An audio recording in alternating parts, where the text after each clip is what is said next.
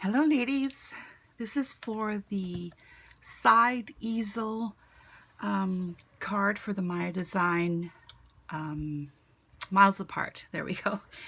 The side easel with the patterned paper, there is a sort of a deep rose damask sheet that we need to cut, and because we need to use more than what we have, we're going to cut a frame to use as the base mat on the card, and then the part that we cut out we will use for a mat on another small square. Now in your instructions you were told to cut this down to 4 3/4 of an inch square, and we're going to cut a frame, and we're going to do 3/4 of an inch. Now I have a trimming paper trimmer that has the extra 1.5 inches on the right of the cutting blade. If you don't have that extension on the right, then you're going to have to work on the left.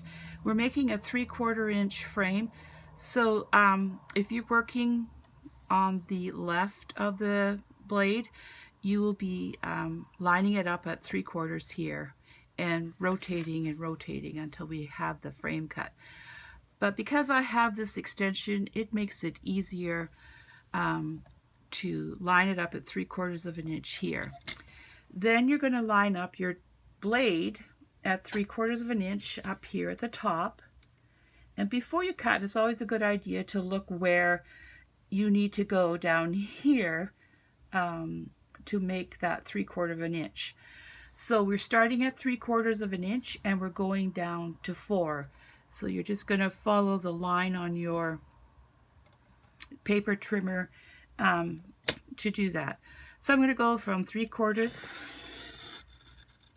to 4, rotate it, line it up at 3/4 of an inch. And since I'm already down here at 4, I'm going to stay right here and I'm going to go up to 3/4 of an inch. And you can kind of feel the cut when you get there. And then you turn it again 3/4 of an inch, and you're going to cut down to 4.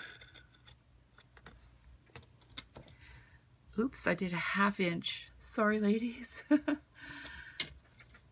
I am going to do this again.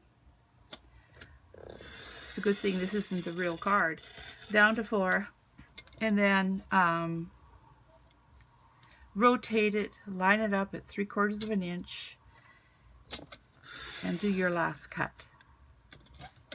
Okay, and the center part, if you didn't get right to the edge, you have to pull it a little bit. And this is cardstock instead of paper, so it's not as pretty when you do that.